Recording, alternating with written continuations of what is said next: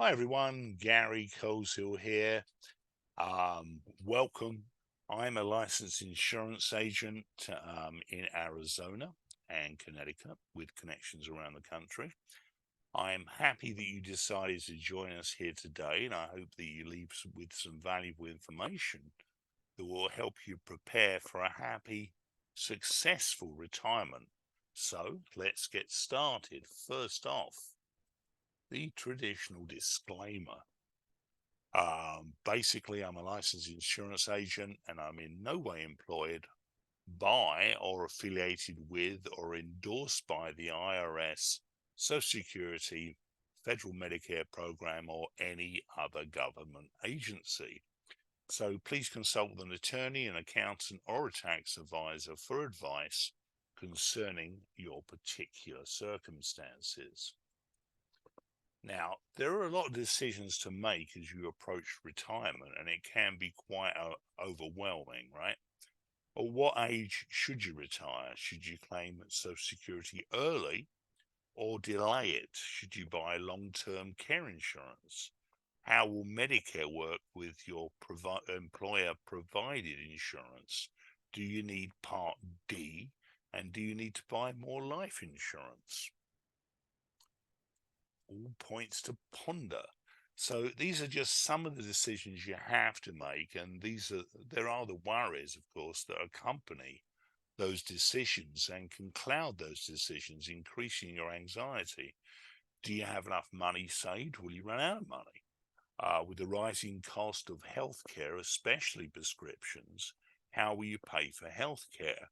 What if you need long-term care like Alzheimer's? And how to ensure that you're not a burden on your family. Now, these are legitimate concerns because healthcare costs continue to rise. The average patient share for a brand name prescription filled through a commercial health insurance plan increased more than 25% just from 2010 to 2015. And you know, obviously that's a slightly older statistic there. You know, of course, they've gone up considerably since. And spending on pharmaceutical drugs is expected, or was expected, to jump 45% by 2020, and I'm sure it probably did.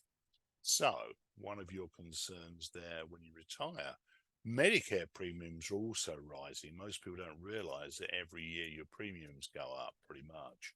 And the government projects that the portion of your Social Security that goes towards these Medicare premiums is increasing rapidly as well. In 10 years, the percentage of a Social Security benefit eaten up by Medicare premiums will rise to just under 40%. If you're like most Americans, actually 3 in 4, you may rely on your Social Security to pay for what Medicare doesn't. But think about it, if more of your Social Security is needed for the premiums alone, how will you pay for the out-of-pocket costs? You could pay, of course, with savings. Well, we all know that many of us, or most of us, I would say, have probably not saved enough.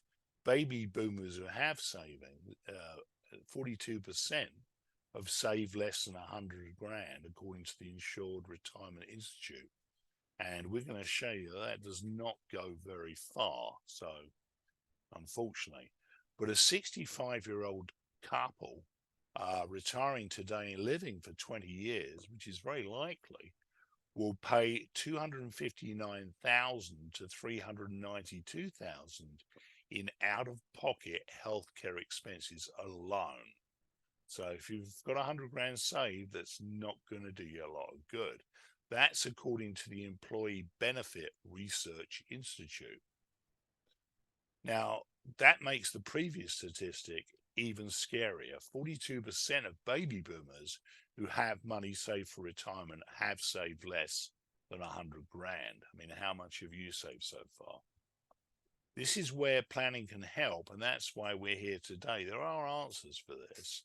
So listen carefully. By coming today, you're already on the right track because you are proactively thinking, what can I do now to plan for the best retirement? working with someone who understands the current retirement landscape, working with someone who can help you in all these areas of retirement is critical to prepare you for retirement. Surprisingly, though, healthcare costs and Social Security income have not traditionally been included in retirement planning.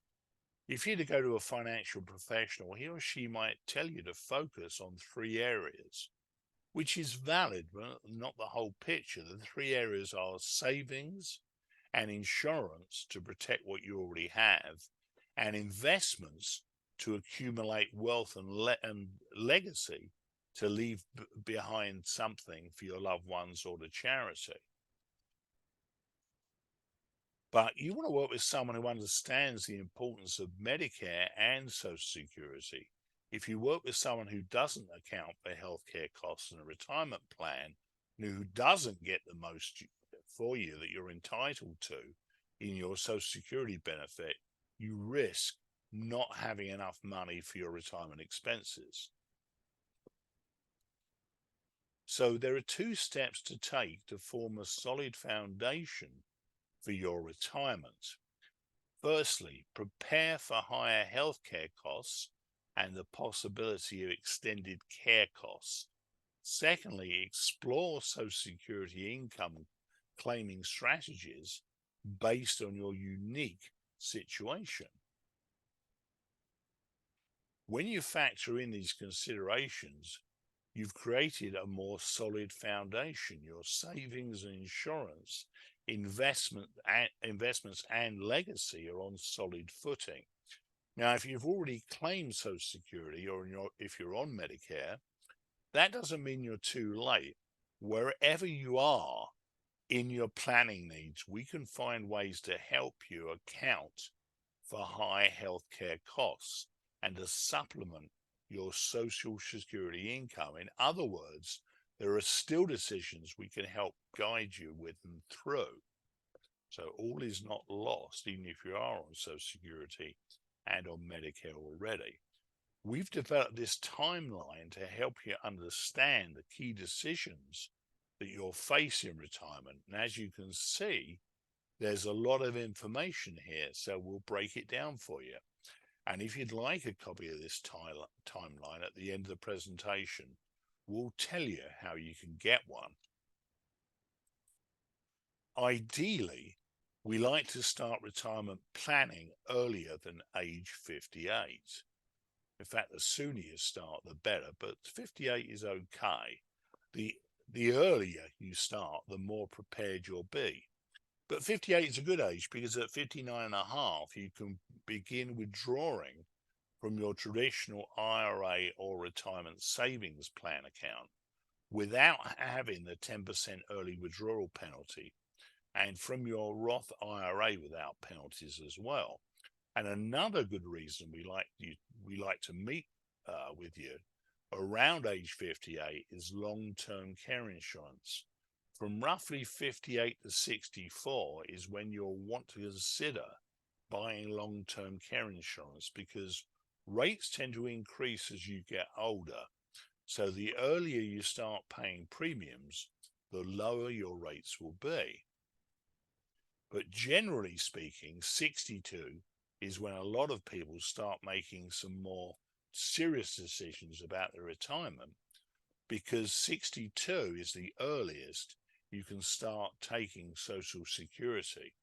However, Medicare and Social Security don't magically arrive at your doorstep when you reach certain ages. In other words, you're entitled to these benefits, but that doesn't mean you don't have to take some steps or make some decisions. It's actually smarter to start before these decisions dates arrive. Once you reach 62, you get to decide when to start receiving Social Security income payments. Your benefit, however, is lower if you take it earlier than your full retirement age, which is the government determined age at which you're eligible to receive full Social Security benefits. Full retirement age used to be the same for everyone, but to account now for longer life expectancy, the government has increased it from 65 to 67 over a 22-year period beginning in 2000. Your birth year determines your full retirement age, so you can refer to this chart to find yours. For most people in today's workforce, full retirement age now is going to be 66 or 67. So can some brave soul give me their birth year? Anybody? Okay, Jim said 1958. So using this chart, you'll see, Jim, that your full retirement age, you said 1958, would be 66 and 8 months. So make a note of that and check your own age on there. I'll give you a minute to do that. I just grab a quick sip of coffee to keep me going here.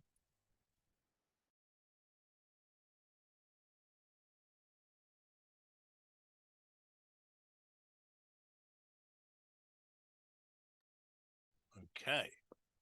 If you start taking Social Security sometime between your full retirement age and 70, you'll typically get a credit. The longer you wait, the higher your monthly benefits will be. So would it surprise you to hear that most people, 90%, begin collecting Social Security benefits at or before their full retirement age? Now, it's understandable why many people might want or need to claim Social Security earlier. Maybe your health's not that great and your life expectancy is not that long. And if that's the case, then it might make sense to start taking it earlier. Maybe you'll base the decision on whether you're still working, what your immediate expenses and future needs are, or whether you're married or not, whether your spouse already has claimed his or her benefit. But the truth is, a lot of people simply don't understand basic Social Security concepts. Several studies have shown this, and so they claim early, thinking, why not? Well, let's get the basics down here. The government reduces your monthly amount by as much as 25% if you collect before your full retirement age.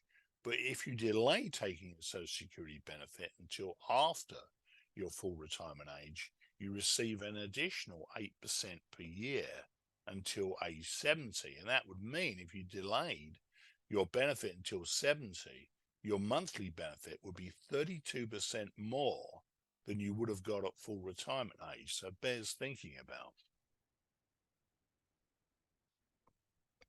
And delaying isn't the only Social Security claiming strategies. There are all sorts of strategies that can benefit you.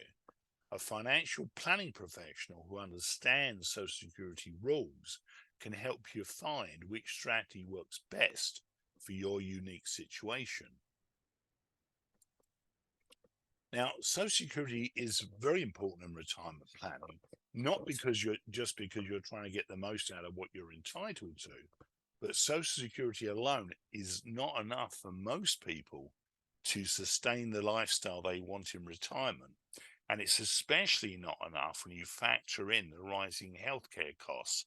As we discussed earlier, many financial planning professionals don't even factor in Social Security income. So it's important to find out who has the software to project out your Social Security benefits and identify how much additional income you'll need in retirement. But it's more than just plugging in numbers into a software program. We need to look at many other variables that could shape the discussion on when to elect Social Security.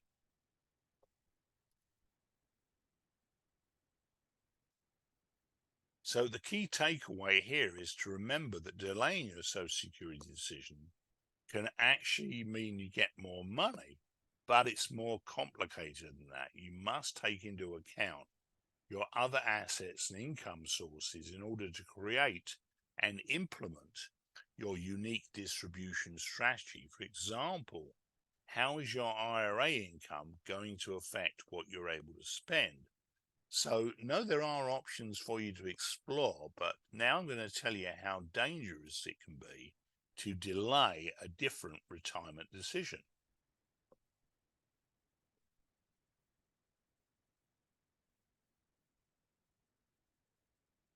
Oh, Heaton, you say your birth date was 1959. Let's have a quick look back and I'll tell you when your retirement age is. Sorry, I missed that. Let me just skip back through the slides here. 1959. Your full retirement age is 66 and 10 months, just so you know. Actually 2 years younger than me. Okay, where were we? Let's go back here. Now, delaying Medicare can lead to penalties. Deciding when to sign up for Medicare is different than deciding when to sign up for Social Security benefits, because with Medicare, you must sign up within a certain period of time around your 65th birthday.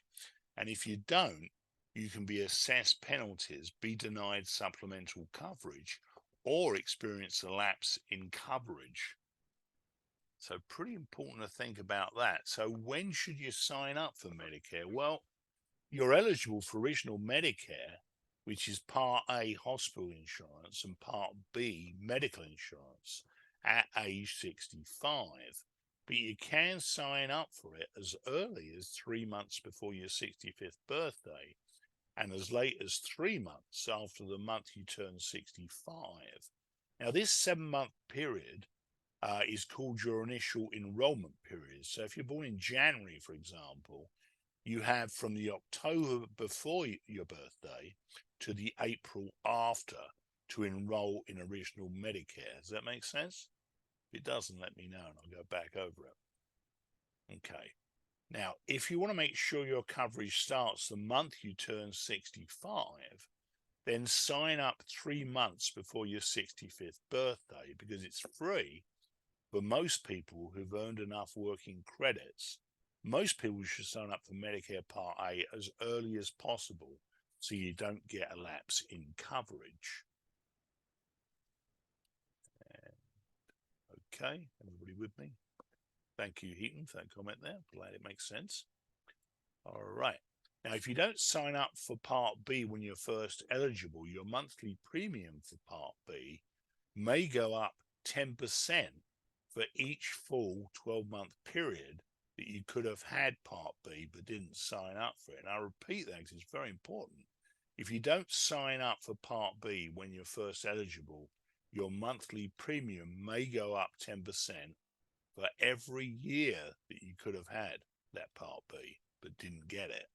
And that doesn't go down. That stays at an elevated rate for your entire retirement. So that's not good. You most likely want to sign up for additional or what's called supplemental Medicare insurance, because Medicare, as I know some people don't realize this, but it doesn't cover everything. In fact, Medicare only covers 62% of the cost of healthcare services, and that doesn't include extended care. Repeat, it doesn't include extended care. Medicare doesn't include extended care, unfortunately, but we're going to talk about that in a few minutes, so bear with me on that. So around your 65th birthday, or when you sign up for original Medicare, you also need to decide what type of additional Medicare coverage you want. If you choose a Medicare supplement plan, you can actually enroll in it up to 6 months before your 65th birthday. Remember, we said you can enroll in original Medicare as early as 3 months before your 65th birthday, but you can actually enroll 3 months prior to that in a Medicare supplement plan. You cannot, however, enroll in original Medicare or Medicare Advantage, which is Part C, or a Part D prescription drug plan until 3 months before your 65th birthday.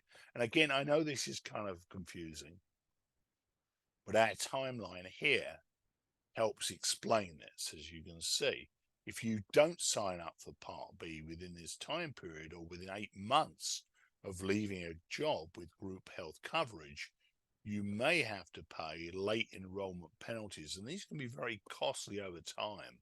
So that's why this decision is really important for you. In most cases, you'll want to sign up for Medicare Part B medical insurance and Part D prescription drug insurance when first eligible, unless your primary coverage allows you to opt out or sign up later. For example, if you're still working and you have employer-provided health insurance, you may not need to sign up for Part B when you enroll in Regional Medicare, because your existing health insurance covers these medical costs. But you should definitely clarify this with your HR professional and the licensed insurance agent helping you to purchase supplemental Medicare.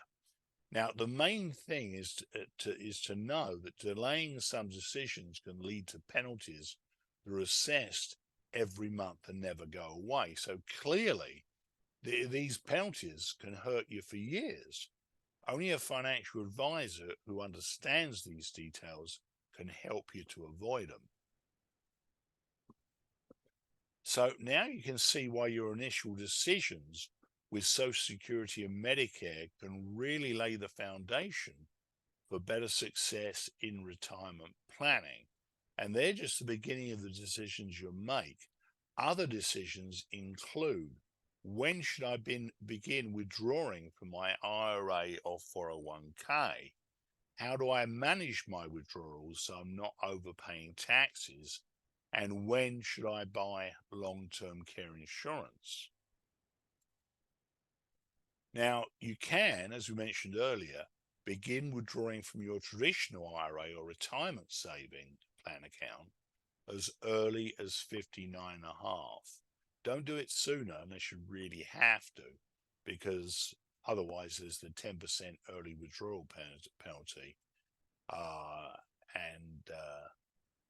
You can withdraw after that from your Roth IRA without penalties as well, after 55. Now, the government doesn't let you keep retirement funds in your account indefinitely. You're required, starting age 70 and a half, to take required minimum distributions from IRAs or your retirement plan account, but not from Roth IRAs. So age 59 and a half is the earliest you can withdraw without penalties. So make a note of that. And age 70 and a half is when you're required to start withdrawing. You'll want to work with an advisor who understands how your different income is taxed, so that you don't make withdrawals that can actually cost more of your income to actually be taxed. For example, did you know that if you're receiving only Social Security benefits, that income would be tax-free? But once you start to add other types of income, Social Security benefits begin to become taxable. Again, this is complex stuff, so complex that not every financial advisor understands it or has the tools. So it's important for you to understand not exactly how it works, but just that you need someone who understands it, all of it, because it is, after all, your retirement, your money. So don't fly by the seat of your pants when you're doing this. It's important to get good advice, because it is complex and it can cost you, quite a bit of money otherwise. Consider buying long-term care insurance when you're younger and in good health. That's the first thing that you should probably do, because rates are largely based on your individual health, which tends to decline, unfortunately, as you age. The earlier you start paying premiums, the lower your rates will be. The thing to remember is that most long-term care isn't medical care. In other words, it won't be covered by Medicare or supplemental Medicare. Long-term care, which is also called extended care, is help with basic personal tasks of everyday life. Most nursing home care is considered this type of care. and it's very costly. The median annual rate for a private room in a nursing home was 105,850 in one recent survey, and I'm sure it's more now. Imagine how quickly that could deplete your retirement savings, particularly if you're like most baby boomers have 100 grand or less. You're kind of not in a good place with that. I was going to say something else, but yeah, you can see why that doesn't work too well. Now, I know this is a lot of information, and some of it can seem confusing or even difficult to think about, but it's important to remember that there are people who can help you navigate these decisions. That's what we do. Everybody's retirement journey is different. No one starts planning at the exact same time. Everyone's retirement plan is unique. We take you through a process that enables us to tailor your plan to your retirement. We start by helping educate you on what the decisions are. Then we help you assess your goals and your financial situation. Then we develop a plan with you to reach those goals. And finally, we help you through the whole process throughout your retirement. We help you manage these things throughout your entire retirement. So let's look at those steps a little bit closer. Understanding your key retirement decisions really is the first step. So again, congratulations on taking that first step and being here. It really is intimidating, and our retirement core goal guide lists some of these key decisions. Now, the second step is assessing your current financial picture and identifying your retirement goals. And now that you've educated yourself on all the key decisions you'll need to make, here's where you start to answer them or plan to answer them. When would you like to retire? What does retirement look like for you? And are you on your way in decent shape? If not, don't worry, we can get you there. Next, having a comprehensive retirement plan around your goals ensures that you're on your way. Again, having people with all the tools and the knowledge of holistic retirement planning here is key. And finally, when you're retiring and in retirement, you must manage your retirement plan. The best retirements are well-managed retirements. You can't just plan.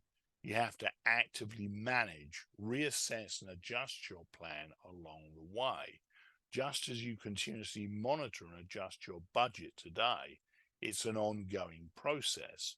Retirement is complex. There are a lot of decisions to make, and we hope this has helped you understand not only what some of these decisions are, but also how they impact each other. Not every retirement advisor or insurance agent you work with will have this big picture view. They may look at one piece of this complex puzzle and urge you to purchase one solution. We look at everything that could impact your retirement, as you'll see here. That's income, legacy, social security, investments, extended care, healthcare, taxes, and other retirement risks. Depending on the decisions you make pertaining to these items, each could be an asset or a liability to attaining your goals. Look at where your goals are in this image. They're right in the center. That's because your goals are our focus, and they should be yours too. You determine what you want in retirement, and we'll help you get there. We won't push any products or services on you that you don't want. Your goals are our focus.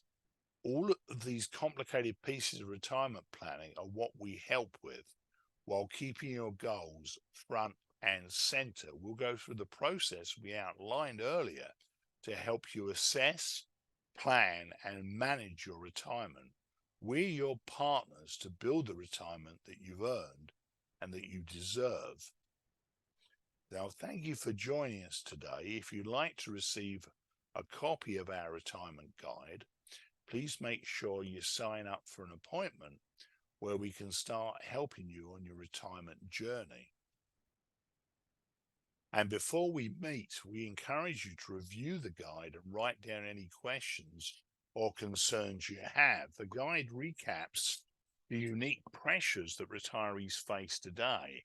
It explains the basics of Social Security claiming and enrolling in Medicare, so you will avoid expensive penalties, and it explains our process. One of the best features is the timeline, because it easily shows you the key retirement ages and decisions that you have to make at those key ages. Again, no matter where you are on your timeline, whether you're approaching retirement or already retired, we can review your situation and make a plan moving forward. So what's next? If you remember, the first step in our process is educate. That's what we're doing here today. And once you get the retirement guide, that process continues. Then the second step is assess, which is our meeting where together we'll assess your financial picture and identify your retirement goals. The third step is plan. So after we meet, our team will take the information you shared, including your income and assets and your liabilities and expenses, and we develop a comprehensive retirement plan around your goals.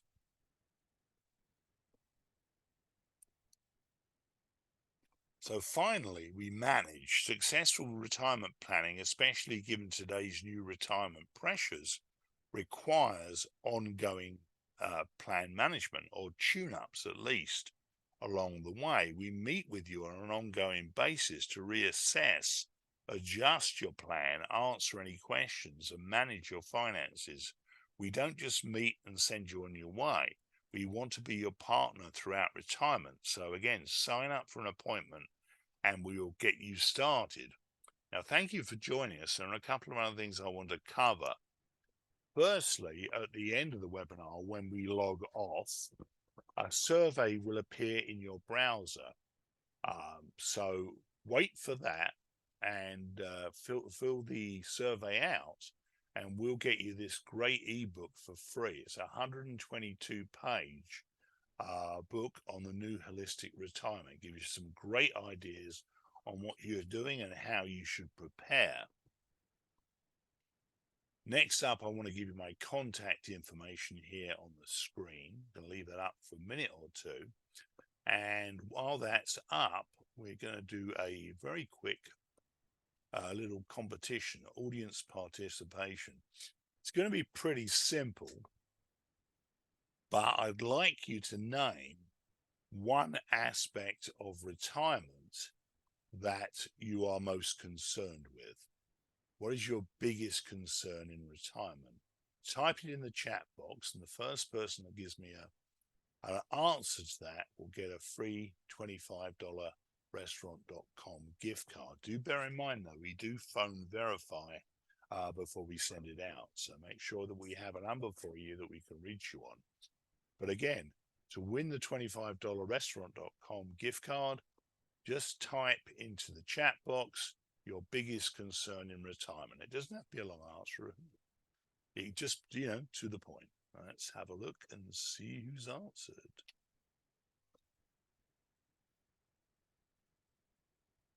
And Heaton has put retirement plan. You're the first person to answer there. We had a little flurry, but that's a good answer, Heaton. Yes, the plan is probably the most important thing. If you don't, what is the if you fail to plan, you plan to fail. So yes, you definitely need a plan.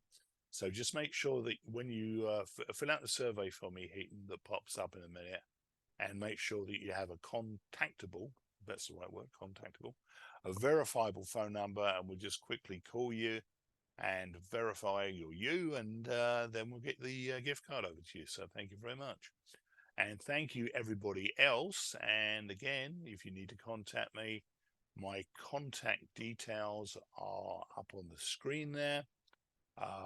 You can call me on my cell phone anytime, any questions, that's fine. Love you to be a client of ours, but if you're not, that's okay. We like to keep people educated on this whole process. Now, let's see what else we have. I think we just have an end screen. There you go. So we're going to stop recording, and we're going to hang up. Yeah, gift cards are usually mailed out, so we need to get a response to your question there, Heaton. So we would need a verifiable mailing address. So again, put that in the survey at the end and you'll be good to go. Alrighty then. Thank you, everyone. We're going to stop recording now and hope to see you again on another event. So bye for now.